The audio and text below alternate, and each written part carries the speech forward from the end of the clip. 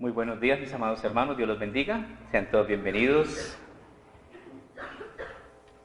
Tenemos un capítulo maravilloso hoy, el capítulo 16, un capítulo terrible, un capítulo que nos habla acerca de la carga o la profecía contra Moab, continuando el capítulo 15.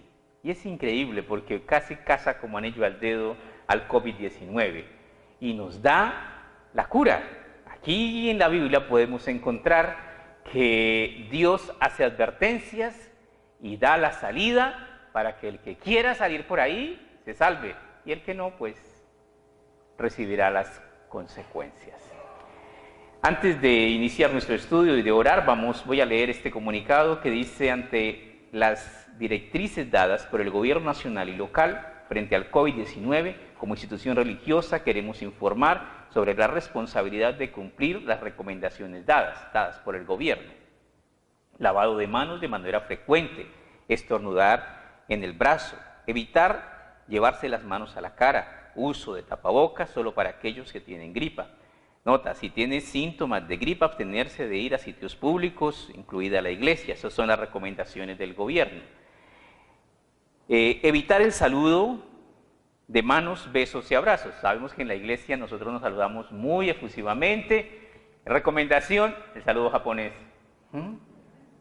Hacemos la venia, pero eso no quiere decir que si usted quiere abrazar a alguien, no, entonces no lo voy a hacer, no lo puedo hacer porque me voy a morir. Miren, todos estamos, los que estamos vivos ya llevamos la sentencia de muerte en la espalda y nadie se muere en la víspera. El día que nos toque, entonces no nos asustemos, no nos alarmemos tanto, porque seguimos siendo mortales como siempre hemos sido mortales. Pero nuestra vida está en las manos de Dios. Dice, nos seguimos congregando de manera normal, si no hay otra directriz de las autoridades. Los animamos a equiparnos espiritualmente para actuar con sabiduría, no solo contra el coronavirus, sino porque es nuestro deber cristiano estar preparados en todo tiempo.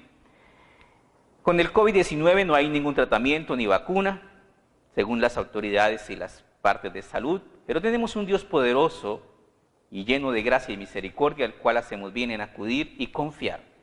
Dios libró a Israel del juicio del ángel de la muerte en Egipto. ¿Qué era el ángel de la muerte? Bueno, toda casa que no estuviese manchada con la sangre ¿de quién? Del Cordero Pascual. El que estaba allí, el primogénito moriría. Estos son juicios que Dios hace en donde pone a prueba nuestra fe y nuestra obediencia. ¿Qué debían hacer? Matar un cordero, tomar su sangre y chorrear el dintel de la puerta. ¿Qué es eso? Fe. ¿Y qué más? Y obediencia. Fe y obediencia. ¿Cuál es la victoria que vence al mundo? Nuestra fe. Y con ello podemos vencer. Entonces sigue diciéndonos, eso está en el capítulo 12 y 13 del libro de Éxodo. La vida y la muerte están en las manos de Dios. Salmo 46 del 1 al 3. Estas son las recomendaciones generales. Nos seguimos congregando normalmente, confiamos en un Dios maravilloso, misericordioso y poderoso, que hará proezas en medio de nosotros. Vamos a orar. Maravilloso Padre, te damos gracias por tu gran bondad y tu inmensa misericordia. Delante de ti venimos, amado Señor, a pedir tu bendición, Padre Celestial. Sabemos que no hay nada imposible para ti, Señor. Sabemos que en medio de las dificultades tú te glorificas. Sabemos que aún el estar enfermo no es un impedimento para estar en tu iglesia. El apóstol Pablo era un hombre enfermo. Dios lo llamó, lo derribó de su caballo, lo dejó enfermo hasta que se murió, aunque esa enfermedad no lo mató, pero vivía enfermo. Y esto no hacía que las demás personas le tuviesen rechazo, sino que veían en él un siervo de Dios. Pedimos, Señor, por todas las personas que están enfermas, Señor, pidiéndote, Padre Celestial, a ti, médico y sanador nuestro, que nos sanes, que traigas, Señor, tu preciosa mano y tu bendición para sanarnos y darnos vida, precioso Padre. En tus manos encomendamos nuestra vida. Oramos, Señor, por este juicio del coronavirus, del COVID-19, Señor, para rogarte misericordia, para pedirte, Señor, que quites, Señor, este látigo, Señor, y nos des de tu divina gracia, Señor. Oramos por Villavicencio, Señor, para que el caso que se ha presentado acá sea controlado por las personas de la salud que están a cargo de ellos, Señor, por Colombia, Señor, que no haya más contagio, por el resto del mundo, precioso Dios. Ten misericordia, Señor. Somos tus siervos, somos tus hijos, clamamos por misericordia y pedimos, Señor, al Dios de toda gracia y misericordia que nos ayude. En tus manos encomendamos nuestra vida, precioso Señor. Guárdanos y ayúdanos en el nombre de Cristo Jesús, nuestro amado Salvador. Amén. No se preocupe si tiene gripa, apenas empieza la temporada de lluvia, se disparan las enfermedades que tienen que ver con la gripa. Ahora, quiero aclarar que el tener gripa no quiere decir que si tiene gripa no vuelva a la iglesia. No, nuestro Dios es más fuerte que la gripa. Vamos a abrir nuestras Biblias en el libro de Isaías, capítulo 16. Este capítulo 16 es impresionantemente claro, impresionantemente duro, y para personas que no están acostumbradas a obedecer, impresionantemente difícil de obedecer. Capítulo 16, versículo 1. Vamos a hacer una pequeña introducción. El reino de Moab, el reino de los moabitas, era un reino que fue subyugado por los judíos y ellos debían tributar al pueblo de Israel ofrendas de corderos y ofrendas para el continuo sacrificio. Y un día dijeron, nos vamos algún día a liberar de estos canzones enemigos llamados los judíos.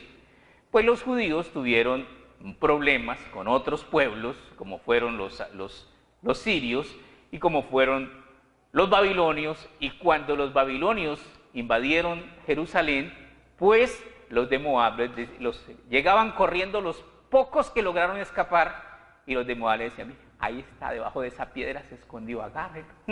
Ahí está, mire, se metió en ese rincón, cójalo. Y entonces, desafortunadamente, este es un capítulo en donde se aplica esa ley de la retribución. Muchas veces la conocemos como la ley de la compensación. ¿Qué es? No hagas a otro lo que no quieras que te hagan a ti.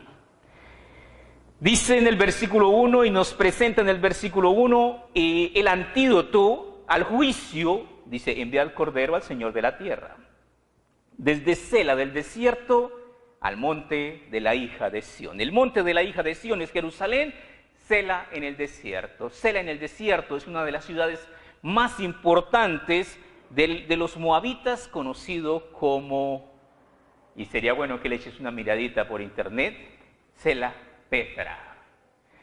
La famosísima ciudad Banco, que en la antigüedad era una fortaleza inexpugnable, impresionante. ¿Qué tenían los moabitas? Plata, en cantidades. ¿Qué problema hay con el dinero?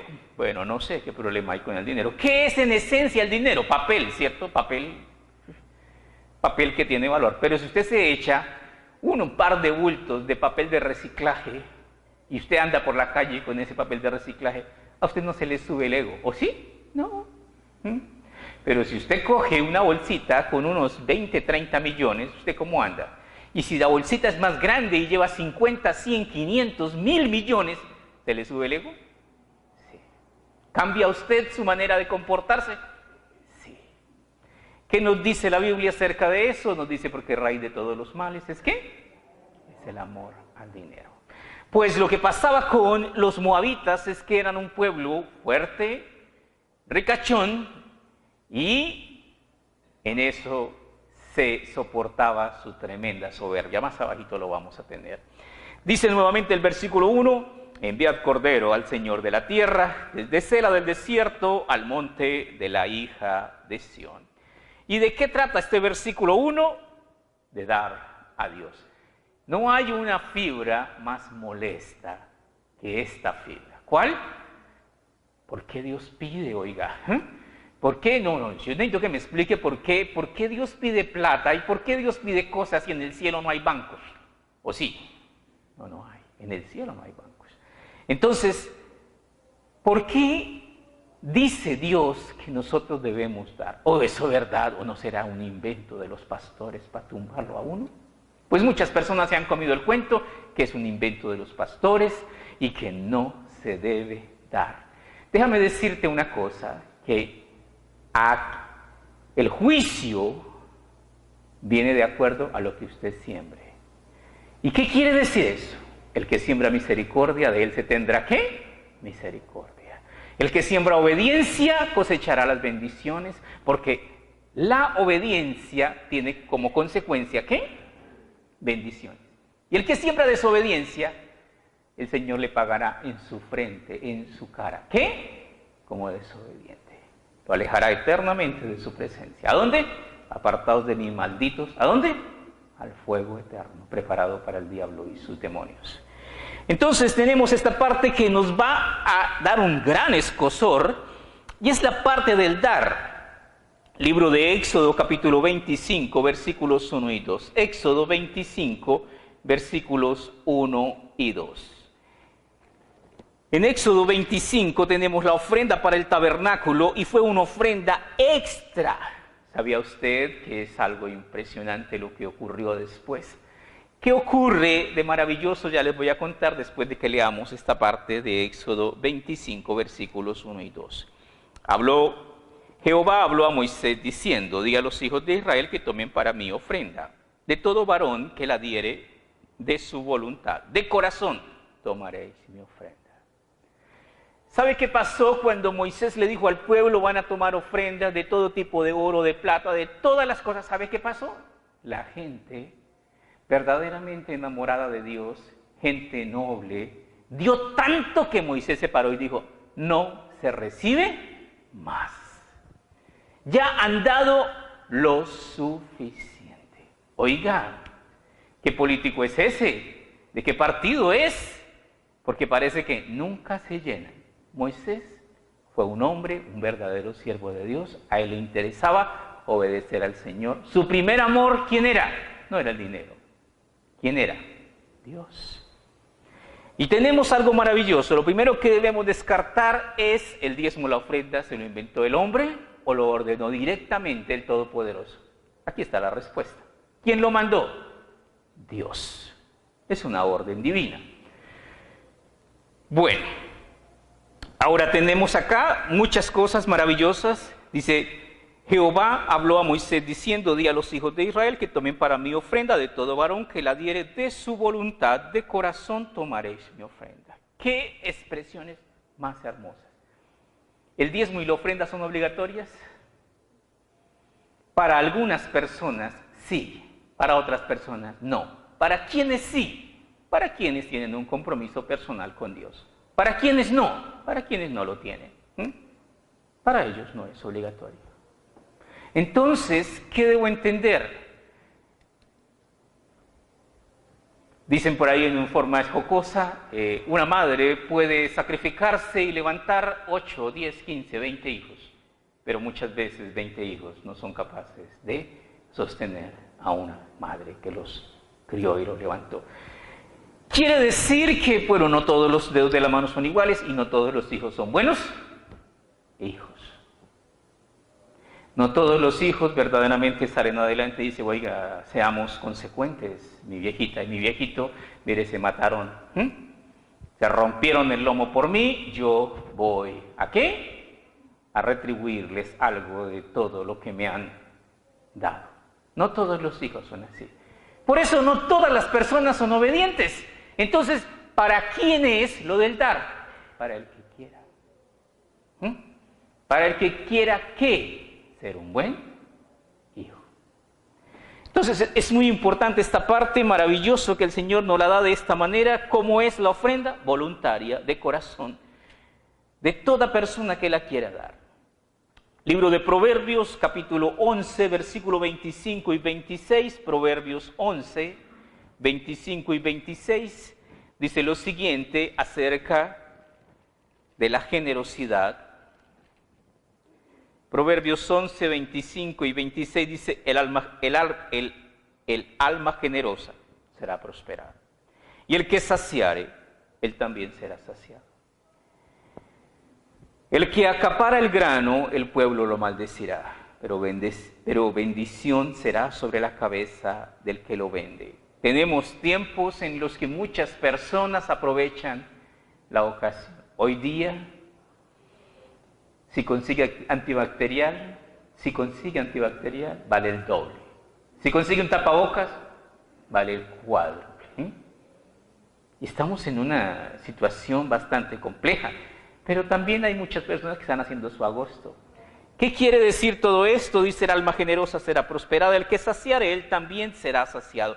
Significa que nosotros tenemos que aprender a ser generosos y misericordiosos, ayudar a nuestro prójimo. ¿Por qué? Porque ese es el corazón de la cristiandad, porque eso es como Dios quiere que nos comportemos como verdaderos hijos de Dios. Libro de Proverbios, capítulo 3, versículos 9 y 10. Proverbios 3, versículos 9 y 10. En el libro de Proverbios leemos lo siguiente en el capítulo 3, versículos 9 y 10. Dice: honra a Jehová con tus bienes y con las primicias de todos tus frutos, y serán llenos tus graneros con abundancia y tus lagares rebosarán de mosto. ¿Qué quiere decir esto? Quiere decir que hay personas que dan y tienen más porque Dios los bendice. Y hay personas que no dan y cada vez están más arruinados, más pobres y más miserables. ¿Por qué? Porque no glorifican a Dios. La bendición de Jehová es la que ¿qué? La que enriquece. Pero esa es una verdad maravillosa que muy pocas personas la entienden. ¿Por qué? Porque para muchos, como el ave, vuela y se va. Dios quiere que nosotros seamos obedientes y que la obediencia nos cueste. Solo imagínese esto. ¿Le costó a Jesucristo, el Hijo de Dios, obedecer a su Padre? Sí. Fue obediente hasta la muerte y muerta de cruz. Le costó. Entonces, ¿la obediencia me va a hacer mella? Sí. ¿Me va a doler? Sí. ¿Y qué debo hacer? Sígalo haciendo. ¿Hasta que qué? Hasta que le saque qué. Sustancia, gusto. ¿Y se le convierta en qué? En un hábito. Y cuando se le convierte en un hábito, se le pasará a convertir en un placer. Y entonces lo hará, ¿cómo? Con alegría. Entonces lo hará con toda libertad. Entonces seguimos, nos sigue diciendo esto. Segunda de Corintios, capítulo 9, porque a veces la gente dice: ah, sí, claro, el pastor solo usó citas del Antiguo Testamento. Muy aprovechado. Segunda de Corintios, capítulo 9, versículos 7 y 8. Segunda de Corintios, capítulo 9, versículos 7 y 8.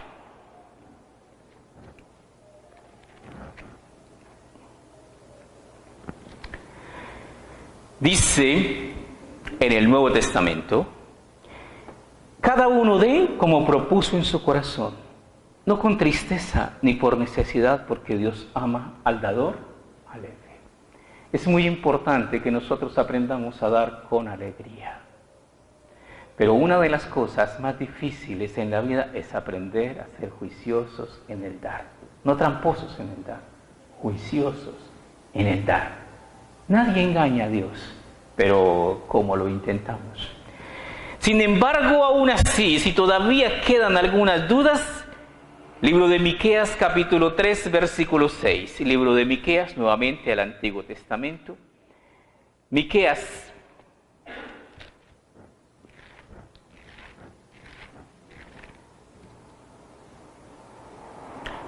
Miqueas no, Malaquías, yo sí decía porque tengo Miqueas. Malaquías 3, ¿dónde lo tengo? 3:6, sí. Malaquías 3:6 dice: porque yo Jehová no cambio, por eso, hijos de Jacob, no habéis sido consumidos. ¿Sabe qué quiere decir este versículo tan maravilloso? Que el Dios del Antiguo Testamento es el mismo Dios del Nuevo Testamento. Que la palabra de Dios en el Antiguo Testamento, dada hace miles de años, sigue vigente. Y Dios no cambia. ¿Qué quiere decir todo esto? Mira, léase todo este capítulo, esta parte del 6 en adelante, y le va a quedar muy clara. Hay personas en este momento con esta cuestión del coronavirus, del COVID-19, hay pastores que están diciendo, mire, usted quiere que el coronavirus no llegue a su casa, pague el diezmo. Y ya algunos se ríen. Uy, el pastor tan abusivo y aprovechado, y que eso es hacer negocio de la fe. Sí y no. Eso es leer. ¿Qué más dice acá de cosas maravillosas? Dice Malaquías 3, versículo 10. Trae los diezmos al alfolí y haya alimento en mi casa. Y probadme ahora en esto, dice Jehová de los ejércitos, si no abriré las ventanas de los cielos y derramaré sobre vosotros bendición hasta que sobreabunde. Si lo dejásemos ahí, no lo tiene mi hermano aquí en el video bien, pero mire el 11. Reprenderé también por vosotros al devorador, y no destruirá el fruto de tu tierra, ni vuestra vida en el campo será estéril. El 11 y el 12 dice la cantidad de bendiciones que Dios pondrá alrededor de aquellos hijos que le son, ¿qué? Obedientes. O sea que aquí cabe que Dios pondrá lejos las enfermedades de nosotros. Lea el Salmo 91. ¿Y qué dice? Que sí, que sí. ¿Cuál es la victoria que vence al mundo con todos sus problemas? La fe. Porque al que tiene fe, ¿qué? Todo le es posible. ¿Qué pasa cuando sales de la casa diciendo yo sé que hoy va a ser un pésimo día y me va a ir re mal? Eso de seguro se sale y no sé qué y empieza y se estrella, le pasa. ¿Por qué? Porque tiene fe que le va a ir mal y la fe actúa. Cree, confía. ¿En quién? En el Señor. El ángel de Jehová acampa alrededor de los que le temen y los defiende. Volvemos a nuestro estudio. Ahora arrancamos otra vez nuestro estudio. Versículo 2. Aquí Dios les dice nuevamente el versículo 1. Enviad cordero al Señor de la tierra. Manden ofrendas para honrar a Dios. Y el juicio sobre Moab se apartará. ¿Y qué dijeron? Mejor ya nos echó el cuento, ya nos va a robar. Porque muchas veces el tener dinero nos hace ¿qué? Tacaños. Muy tacaños. Versículo 2. Cual ave espantada que huye de su nido, así serán las hijas de Moab en los vados de Armón. ¿Qué está diciendo? Ellos tenían una fortaleza, ellos tenían mucha plata, pero vino a Siria y de noche los conquistó, de noche los arrasó. ¿Y qué pasó con su fortaleza? Hasta hoy es una ruina. ¿Y qué pasó con su plata? Se la robaron toda. ¿Qué significa eso? O glorificas a Dios, o lo perderás todo. Sigamos leyendo. Reúne consejo, haz juicio, pon tu sombra en medio del día, como la noche esconde a los desterrados, no entregues a los que andan errantes. Este versículo 3 y el versículo 4, muere contigo, mis desterrados son Moab, sé para ellos escondedero de la presencia del devastador, porque el atormentador fenecerá, el devastador tendrá fin, el pisoteador será consumido de sobre la tierra. ¿A qué referencia es esto? ¿A qué se refiere? Les dice, sean sombra, sean escondedero, sean misericordiosos. Hay gente que corre, hay gente que se esconde de sus enemigos, ustedes sean ese amparo, refúgienlos, que le tengan misericordia, les dijo Dios, pero no la tuvieron. Cuando Israel tuvo problemas, ellos aprovecharon para sacarse ese clavo de encima y decir al caído, ¿qué? Caerle. La desgracia de unos es la oportunidad de otros. Y esa mentalidad aplicaron, y como no tuvieron misericordia, se tendrá de ellos juicio sin misericordia. Desafortunadamente y afortunadamente la palabra de Dios revela la voluntad de Dios, pero muchas veces no la llevamos Versículo 5 dice, y se dispondrá el trono en misericordia, y sobre él se sentará firmemente en el tabernáculo de David, quien juzgue y busque el juicio y apresure la justicia. Este es un versículo mesiánico, profético. Un día, un descendiente del linaje de David será el juez de la tierra. ¿Quién es? Jesucristo. Cuando Jesucristo, que no se nos olvide que es judío, juzgue al mundo, lo juzgará bajo una sentencia, bajo una premisa. ¿Cuál es? ¿Qué hiciste con mi pueblo? ¿Qué tuviste que ver con ellos? Si hiciste bien, yo también te haré bien. Si hiciste mal, yo también te haré el mal.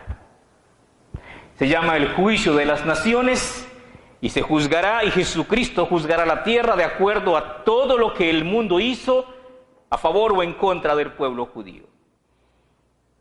Hemos oído la soberbia de Moab, muy grande su soberbia, su arrogancia y su altivez, pero sus mentiras no serán firmes. ¡Qué descripción tan actual! ¿Cómo es la gente hoy día? Si nosotros dijésemos que la gente hoy día son como los moabitas antiguos, su arrogancia, altivez y mentirosos, no estaríamos lejos de la realidad. Mucha gente es arrogante, altiva y mentirosa. Los mentirosos no entrarán al reino de los cielos. Y el pecado que derribó al querubín llamado Luzbel fue ¿qué? El orgullo, la altivez, la arrogancia. Por eso tenemos que aprender a ser humildes. Desafortunadamente muchas veces nos hace falta humildad. Libro de Miqueas capítulo 6, versículos 8 y 9. Miqueas 6, 8 y 9.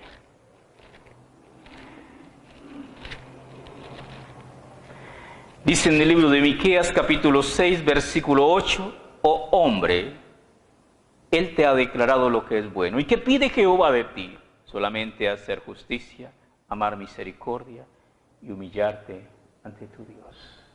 ¿Qué significa hacer justicia? Haga lo que es justo. ¿Y a qué se refiere Dios con hacer justicia?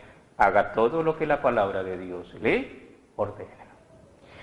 Hacer justicia, amar misericordia. ¿Qué es la misericordia? Es sentir compasión por la calamidad ajena y ayudar y humillarte ante tu Dios.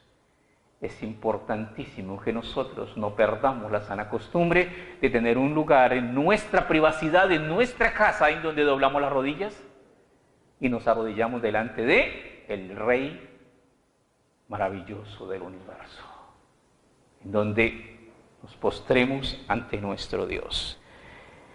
Versículo 9 dice, la voz de Jehová clama en la ciudad, es sabio temer tu nombre.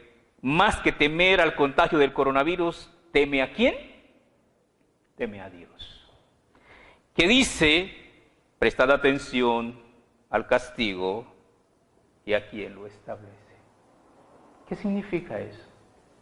¿Conoces a Dios? ¿Conoces cómo es Él? Cuando Dios nos castiga, ¿qué está buscando?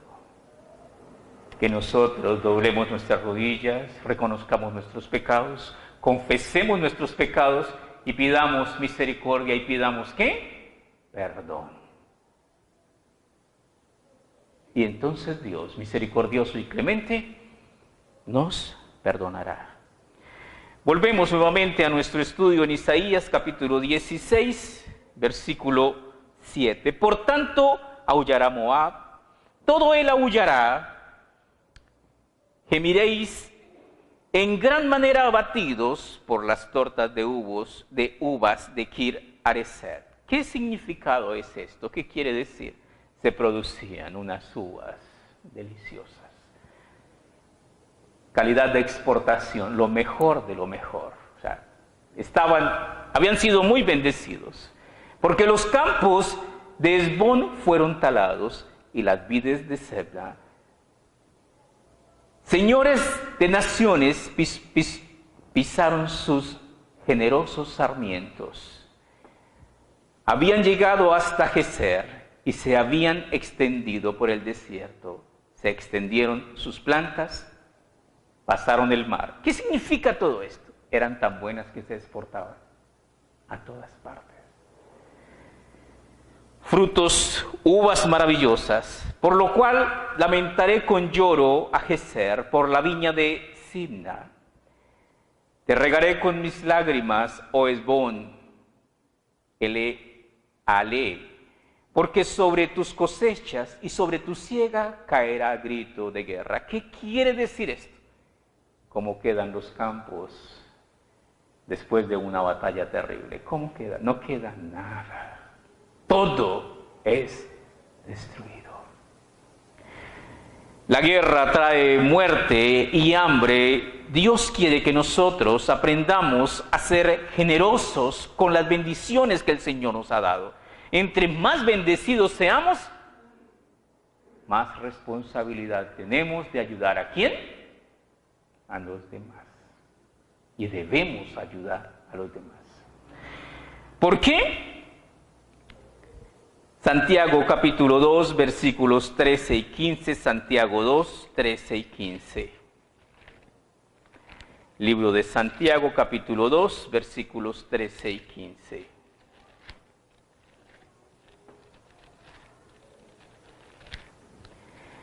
Dice Santiago 2, versículos 13 y 15, dice, si tengo acá, sí. Porque juicio sin misericordia será con aquel que no hiciere misericordia, y la misericordia triunfa sobre el juicio. ¿Qué quiere decir eso? Cosechamos lo que sembramos. Hermanos míos, ¿de qué aprovecha si alguno dice que tiene fe y no tiene obras? ¿Podrá la fe salvarle? Muchas personas creen que la fe sola salva. Aquí Santiago hace esta pregunta. ¿Una persona tiene fe y con solo fe se puede salvar? Y si un hermano o una hermana están desnudos y tienen necesidad del mantenimiento de cada día, ¿qué quiere decir esto? Y alguno de vosotros le dice, id en paz calentados y saciados, pero no le dais las cosas que son necesarias para el cuerpo, ¿de qué aprovecha? Así también la fe, si no tiene obras, ¿es qué? Muerta en sí misma. Dios quiere que nosotros seamos árboles llenos de fruto. Y eso es frutos de fe. Que seamos compasivos, misericordiosos, que tengamos amor por los demás. ¿Por qué? Porque Dios es amor. Volvemos a Isaías nuevamente, capítulo 16, seguimos leyendo.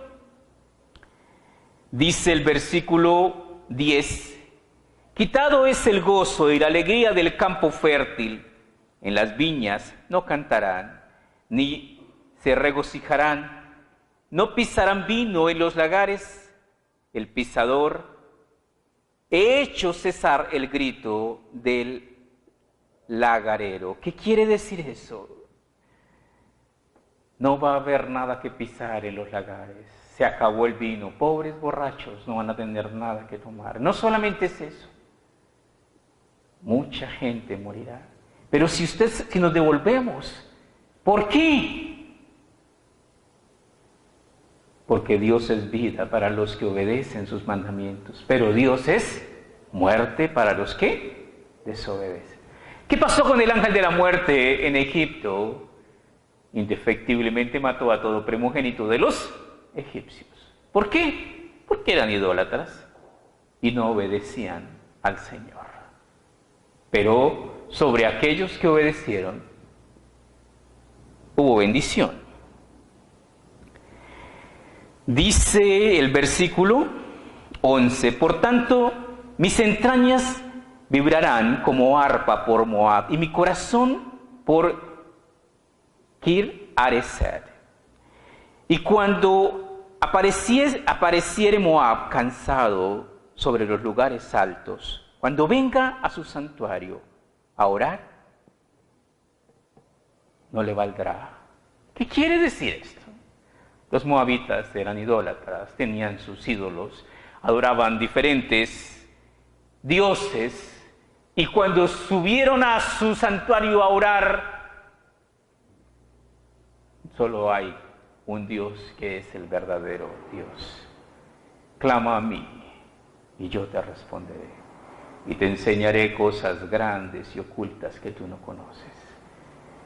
En el momento de la angustia, en el día que temo, que yo en ti confío. Pero ellos, en su idolatría, intentaron confiar, acudieron a sus dioses. Desafortunadamente, la gente no entiende que la idolatría es necedad. Libro de Jeremías, capítulo 10, versículo 1. Jeremías 10. Jeremías 10, versículo 1.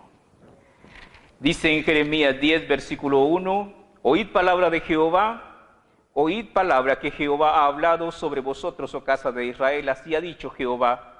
No aprendáis el camino de las naciones, ni de las señales del cielo tengáis temor, porque las naciones les teman. Porque las costumbres de los pueblos son vanidad, porque el leño del bosque cortan. Obra de manos de artífice con buril, con plata, con oro, la adornan, con clavos y martillo la afirman para que no se mueva. Derechos están como palmera, no hablan. Son llevados porque no pueden andar. No tengáis temor de ellos, porque ni pueden hacer mal, ni para hacer bien tienen poder. No hay semejante a ti, oh Jehová. Grande eres tú, grande tu nombre en poderío. ¿Quién no te temerá, oh Rey de las naciones? Porque a ti es debido el temor, porque entre todos los sabios de las naciones y entre todos los reinos no hay semejante a ti. ¿Qué es lo que Dios está diciendo? Es necio ser idólatra. El día de tu calamidad acudirás a tu ídolo y el ídolo no hará nada por ti. Pero en el día que temas, acude a Dios y Él saldrá a pelear para defenderte. Seguimos leyendo, dice el versículo 13, esta es la palabra que pronunció Jehová sobre Moab desde aquel tiempo. Pero ahora Jehová ha hablado diciendo, dentro de 3 años, como los años de un jornalero, será abatida la gloria de Moab con toda su gran multitud, y los sobrevivientes serán pocos, pequeños y débiles. ¿Por qué Dios hace esto? ¿Por qué Dios hace un juicio y luego prolonga y hace otro juicio? Porque quiere que alguno se arrepienta. Escuche, entienda y obedezca. ¿Qué es hoy día la ciudad de Petra en el desierto? Una ruina más, que testifica que la palabra de Dios es veraz, completamente verdadera. ¿Qué pasó con ellos? No atendieron. ¿Qué les pasó? El juicio se los llevó. ¿Qué pasará con nosotros? ¿Dónde podemos refugiarnos con seguridad? Proverbios capítulo 23, versículo 3. Proverbios 23, 3. Proverbios 23, versículo 3 dice lo siguiente, 23, 3.